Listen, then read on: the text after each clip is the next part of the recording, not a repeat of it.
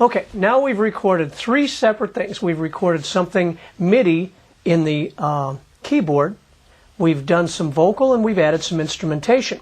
Now notice, whenever you have a microphone open, something invariably is going to make a noise that does not pertain to what you want to do.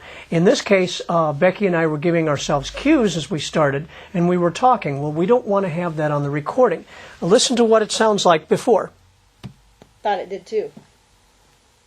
Just listen carefully. Okay, now as the drums started, we still have some talking. We need to be able to get rid of sounds that we don't want.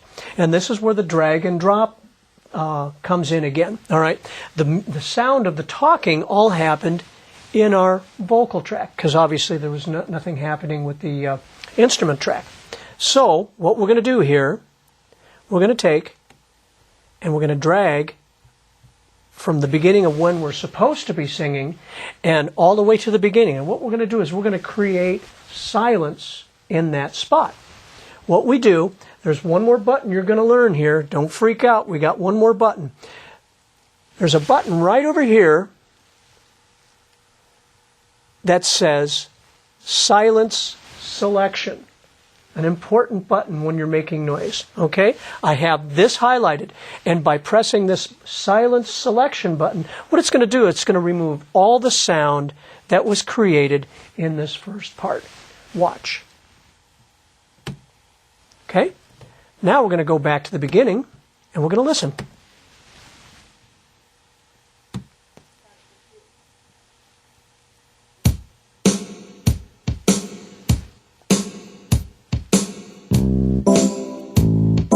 Notice that all the sound of the talking is gone.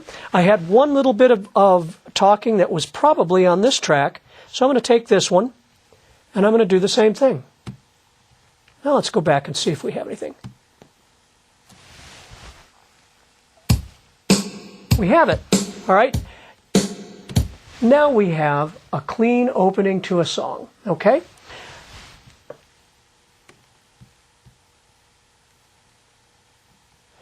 Notice that there's quite a bit of time before the beginning of the song. When we go and make a CD, you don't want to, click to track number 7 and listen to Heart and Soul and end up with 8-10 seconds of nothing going on. We can get rid of this beginning, okay?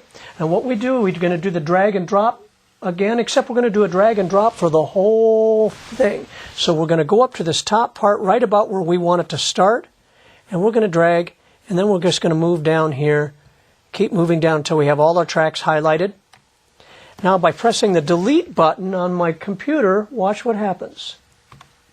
Voila! We now have the beginning of our song starting at the right spot.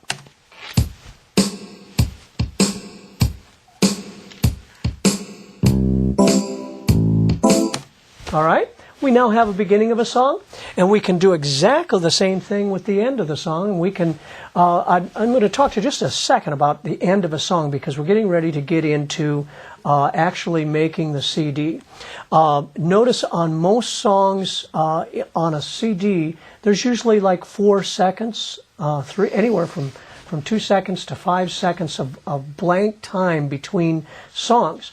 An easy way of doing this without having an expensive CD writing software is to add the amount of time you want to have between songs at the end of the song previous. Okay? So we have the end of this song. Let's take and listen to this song. Now we actually want to do a little bit of trimming on this because when Becky got done with the end of her part, she went bop, bop. But the drums kept going because she didn't get that off quite in the same time. We can trim that exactly the same way as we trim the beginning. Let's find the end of our song. Okay, now, can you zoom in here? Right here, we have, if you watch the track, we can now, I'm going to zoom in a little bit more. Watch where the actual end of the song is. I'll start a little bit before.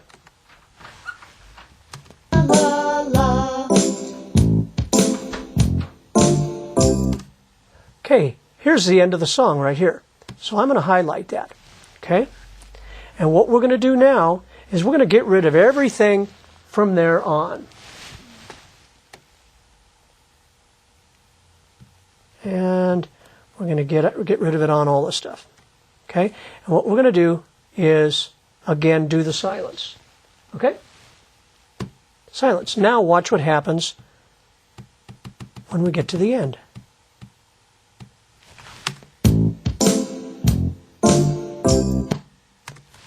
Got a little bit of noise there. So again, we keep trimming until it sounds right.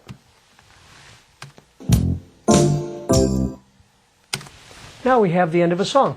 We want to have about 4 seconds afterwards, so let's see if we've got enough time in between songs.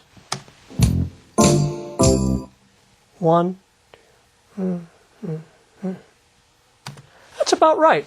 Now we could add more or less by just simply recording a little bit more, or we could add or generate silence. Let's say our song ended right at the very end.